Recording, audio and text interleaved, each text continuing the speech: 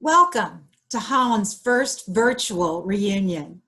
We are so pleased that all of you could join us today, especially those of you in the reunion classes ending with 0, 5, and a special welcome to the class of 2018 who are celebrating their 2-year reunion with us virtually today.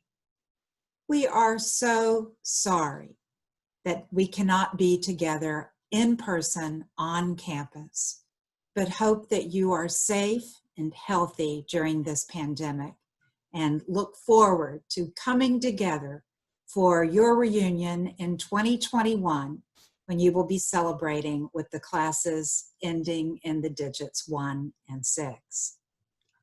With me today is our President-elect Mary Dana Hinton.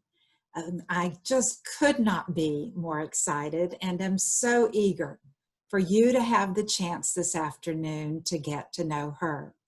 But before I turn things over to her and we begin having a conversation, I would like to thank the reunion volunteers, the gift chairs, those of you who were planning the reunions, all the committee members, the members of our alumni board, for all of your work leading up to today's reunion. You have been so busy during the past year, planning, organizing, getting in touch with your classmates, and encouraging gifts to the Hollins Fund. We are all so grateful to you for your leadership, support, and dedication to advancing Hollins. And special congrats to our 25th reunion class of 1995 and to the 50th reunion class, the class of 1970.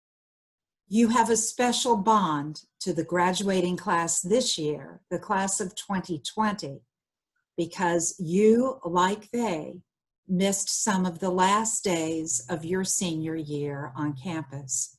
You to the Vietnam War, class of 2020 to the pandemic, but that is a special bond that will persist for the rest of your lives in the way that only Hollins sisters can look out for each other. I've been thrilled, Mary, to come back to campus this year. I came back because I care so much for this community. And I already know that you are falling in love with it as I have. And neither one of us expected the year we have had, especially this spring. No. But I just want you to know that whenever I get discouraged, I think of you coming into Hollins in this environment. But I know you, like me, will be encouraged by the wonderful people at Hollins. I've been so touched by the faculty's phenomenal attitude when they so quickly pivoted to move from in-person instruction to distance education. I was encouraged by the science division who donated masks to Carilion Hospital to help them have the supplies they needed for this pandemic. I've been inspired by our students, SGA, who immediately volunteered to donate $10,000 from their treasury to help their fellow students return to their homes. And currently, faculty and staff are donating meals and care packages to the 27 students who still remain on campus and will be here for part of the summer. It's moments like this that have so encouraged me about Hollins. And Mary, from the moment you and I met at that president's meeting last January and in Florida, I knew that you had the heart for Hollins that I do, that you will see and already see the talent, the creativity, the good in this community. And I'm so excited about your leadership. So it's time to hear less from me and time for this community to have the chance to begin to get to know you, albeit virtually. As you will find, the alumni will be one of the best parts of your job. You will immediately become part of this phenomenal community of people who share your love of Hollins, people who will welcome you as they did me, and with whom you will work very hard as they think independently, stretch you, and collaborate with you. They're a phenomenal gift. So I know that you will enjoy working with alumni as much as I. Yes. But let's turn now to having a conversation together so that our alumni can get to know the Mary I know, whom they will soon get to know. Well, Nancy, thank you for your very kind words. And it was at that president's meeting when I felt that I had a glimpse of the heart of Hollins, and that was meeting you and talking with you. And it has been such a joy to work alongside you, not despite these circumstances, but because of these circumstances. And I have loved learning with and from you. I have loved seeing Hollins revealed and how you lead and engage the community. And I echo everything you said about how inspirational our students, our faculty, our alumni, our staff, they are all so inspiring. But Nancy Gray, you inspire me every day. And I just want everyone to know that. So thank you. Oh, Mary, you are so generous. Oh, that is true. You are an inspiration, Nancy. It means a lot to me for you to say that. But you know, the gift of this pandemic has been our ability to work side by side this spring. Without a doubt. I know that there's so much of a human toll this pandemic has taken, and I don't ever want to look away from that. I want to be a witness to that and know it and understand it and learn from it. But I do think there have been gifts of this moment, and us linking arms and leading our community that we love together has been a gift. And to learn about Hollins at this moment, to be a partner with the faculty and with the cabinet and with the board has been a tremendous opportunity. And while it's not what any of us would want, we've made the very best of it. And I think it has made our partnership stronger. And I think ultimately it will make Hollins stronger. And you've already started building relationships that are substantive. And as you have done this and worked with us, we all, including me, are benefiting so much from your strategic vision, your grounding in important values that are Hollins values, and your ability to help us make decisions informed by what is truly important, our mission, our priorities, so that our work reflects that going forward. So I'm learning and growing from this opportunity to work with you, and just marvel being able to see firsthand the gift of leadership you will be bringing to our community. Thank you. That's very generous. Thank you. So when we first met in January, you were already a sitting president at St. Ben's, as you are today. And tell me a little bit about what drew you to Hollins and to our mission specifically, our commitment to undergraduate liberal arts education for women. Yeah. Well, Nancy, as you know, I was first introduced to women's education during my high school years, and I am a very proud graduate of St. Mary's School in Raleigh, North Carolina. And that's when I first learned about the power and the value of women's voices and about the importance of women supporting women. And as I journeyed through my collegiate experience and in my professional life, I realized that this perspective of support, collegiality, and mutual engagement and mutual empowerment for women was not a pervasive perspective. And I learned that the value of women's education and an all-women's environment is critical to my success. I think it was having experienced an all-women's education that helped to make me a leader. And that realization has only heightened over the past 6 years as I've led a college for women. as I've shared with other groups, you know, what was once a part of my passion, supporting women, has become the center of my passion as a professional. I am proud to be an advocate, a warrior, a convener of women to promote integrity, to promote courage, to promote and advocate for the rights of all women. I believe women deserve systematic and systemic equity, and that we need to give voice to those big needs of women, and that we should make certain that we are always working towards what is right and what is just. And so when I was first introduced to the mission of Hollins, it felt like a perfect fit. It is an institution that was founded on a commitment to women's education, and it has been steadfast in that commitment over time. So when I look at the Hollins mission, when I look at the fact that our undergraduate program is centered around developing women's voices, developing women's leadership, empowering young women, that speaks to the deepest part of my personal and professional being. And to be able to be a part of this legacy is just so important to me. And so I was compelled by the mission. And then once you meet the students and the alumni, as I did in February, how do you not just fall in love?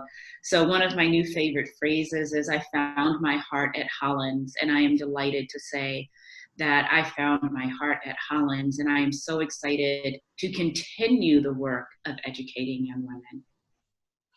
Thank you, Mary. And I know our alumni are sitting there applauding you. And I feel like doing the same thing.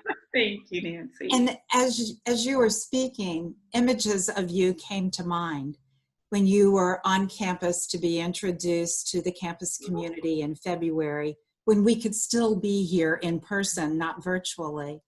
And you were so present with each student with whom you spoke. I'm sure each one felt like you gave her undivided attention. Aww. And I saw you living out what you believe so deeply, and which our alumni are so committed to as well. So thank you, and I share that with you. This mission was similarly one of the things that drew me to Hollins. Absolutely. Besides go ahead.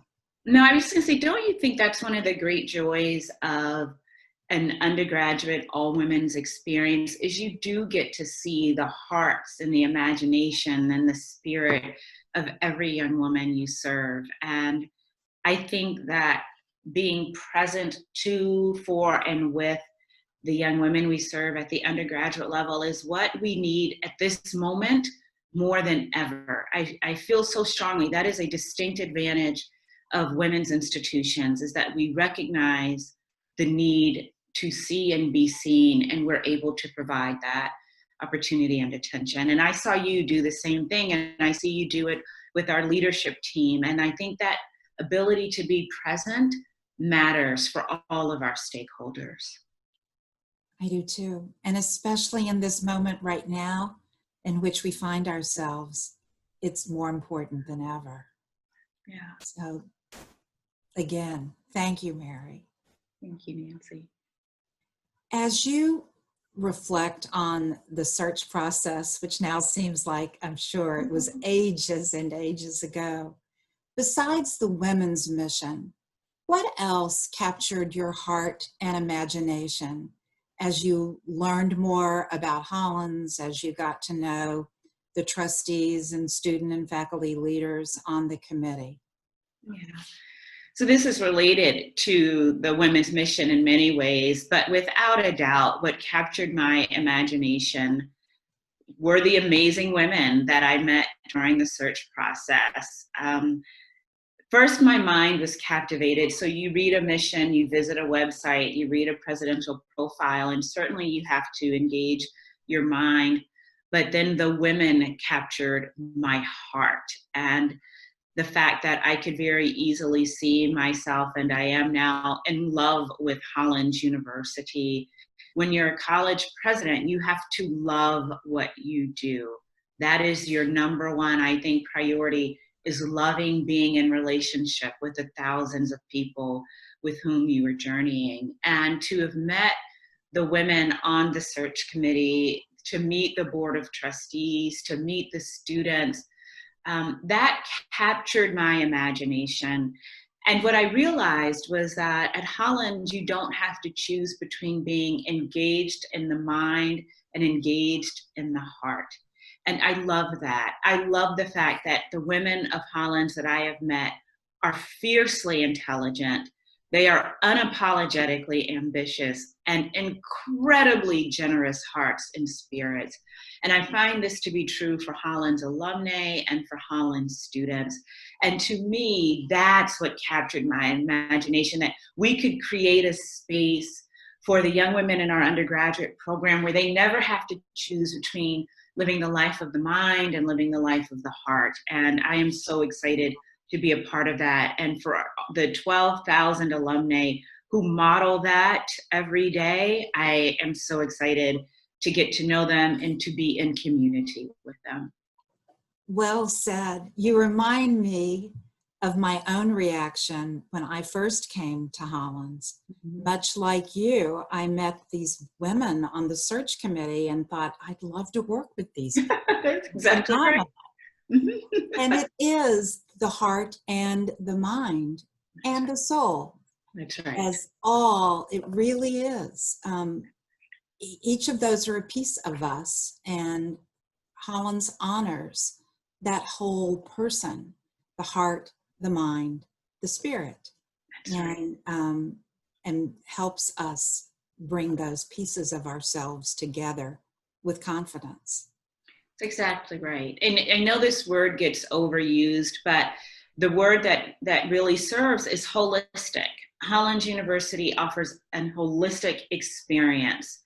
And as a leader, that's what you want. You don't want to have to choose between your heart, your mind, and your spirit. You want an integrated approach to life. You don't want to live what Parker Palmer calls a divided life. And I'm delighted to be able to bring my full self and humanity to Hollins and to invite and encourage and support every person we encounter, bringing their full humanity to the Hollins University experience. And I'm just really grateful for the opportunity to lead.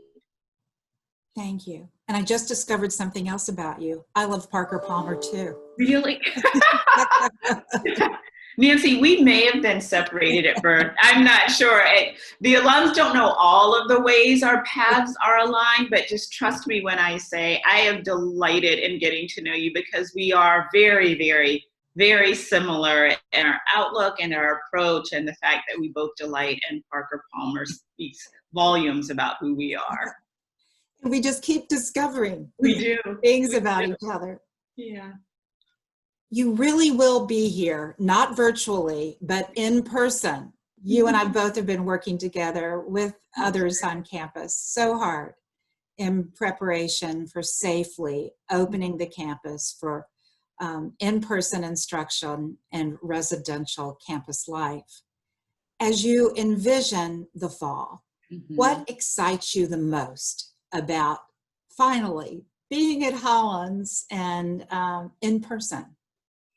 So of course, and Nancy, you and our alums will tire of me saying this, but of course I'm most excited about the importance of our mission. And I believe that the importance of our mission has only been heightened in this difficult moment.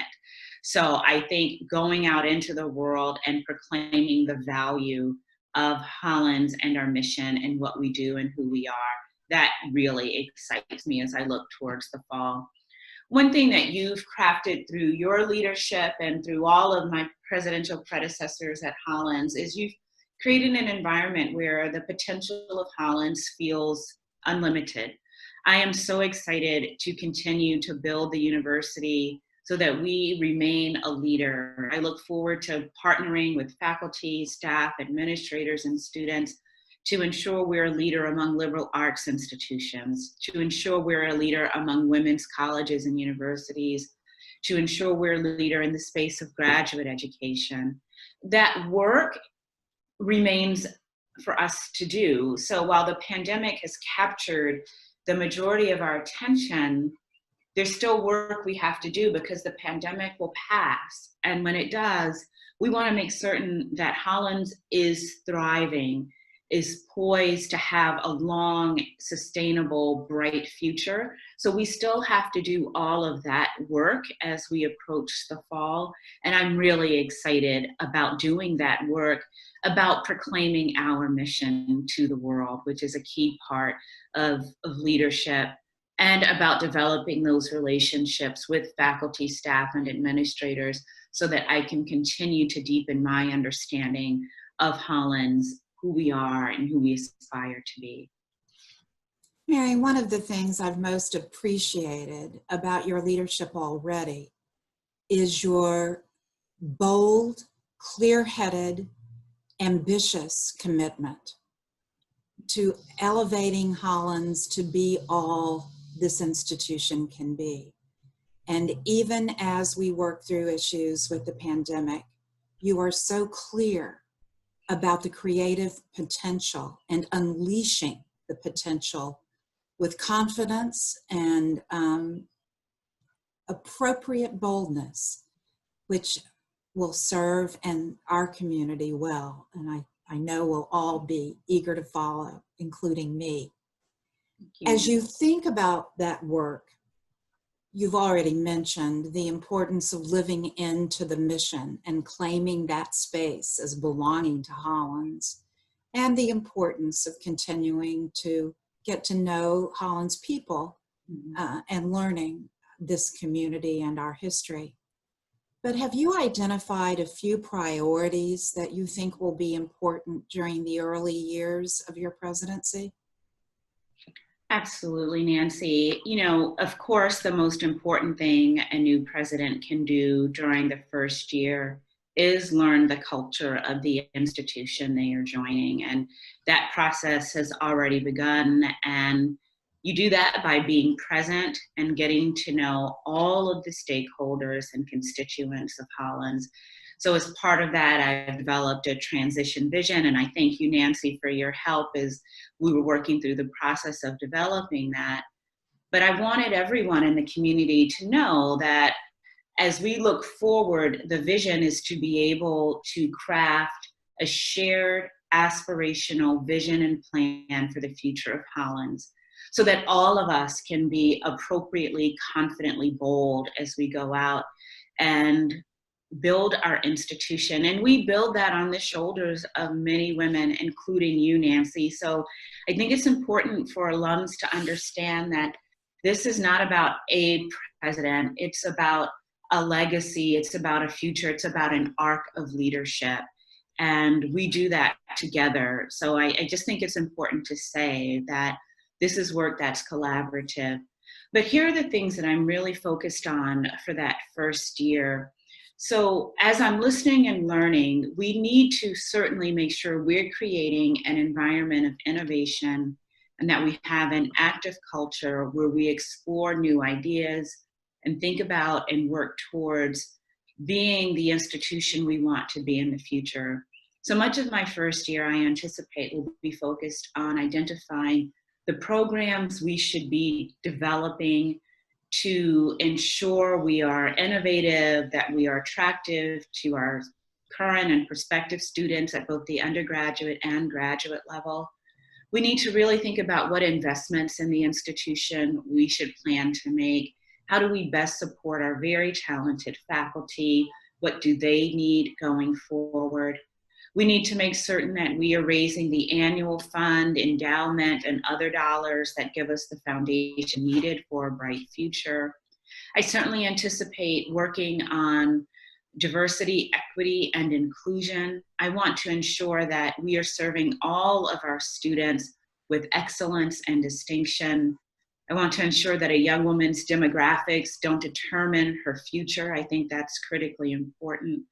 So I view this first year as really centered around building that shared aspirational future, recognizing that future will involve investments in new programs, sustaining existing programs and perhaps expanding them, focusing on our financial sustainability, diversity, equity, and inclusion.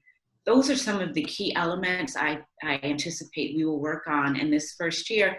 And of course, we will persevere through the pandemic and come out stronger on the other side. I'm a little reluctant to say we're absolutely going to do this, this, and this, because I don't think that as a president, that's your call alone. We will make those very clear, measurable, accessible plans as a community, and I hope our alumni will be an active part of that process. Good for you. Thanks, Nancy. Whenever this spring, and let me just say first, before I go to the next question, Mary, I love how you're approaching this, and I do think you're going to find eager partners, thought partners, collaborators, people eager to do the kind of work you've described and in the manner you've described it. Thank you. So I just applaud the direction you're setting.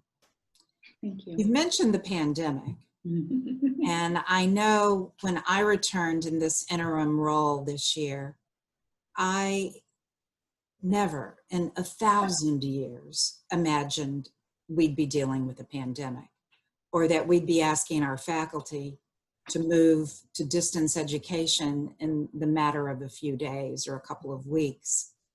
But here we are. Here we are. And whenever I feel sorry for myself, I think about you coming in the midst of this, because it's not an easy time to come into Hollins. So how are you feeling, thinking about coming in to assume this presidency in the midst of a global pandemic, unlike we have seen in our lifetimes, anything we've seen in our lifetimes? You know, Nancy, it's funny you say that, because when I feel, a little self-pity, I always think, but Nancy could have been in retirement on a beach, and she sacrificed all of that, and she's going through this. So we are certainly carrying one another close in our hearts. And to be honest, Nancy, when I was on campus in February to meet the community, honestly, if someone had said to me then there will be a global pandemic and classes will be moved online and your transition will be heavily shaped by that, I would have thought, I don't envision that. I mean, that was 3 months ago. So it is certainly not what we planned, but as you said, it's what we have. And in some ways, the work hasn't changed. Our job is to thrive in this moment and to help our community thrive in this moment. That hasn't changed. And I am pretty steadfast that we cannot allow COVID to define who we are as an institution.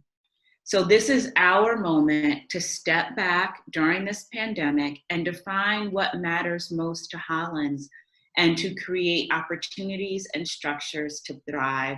And as you know, we've had that conversation at the cabinet level. I had the great fortune to talk with about 40 faculty members last week about what's critical to the Hollins experience, what brings them joy, what must we preserve, what makes their work meaningful and purposeful. And at this moment, when there seems to be so much in flux, I think it's critically important that we look at and ground ourselves in those touch points, or our North Star, because that doesn't change due to the pandemic.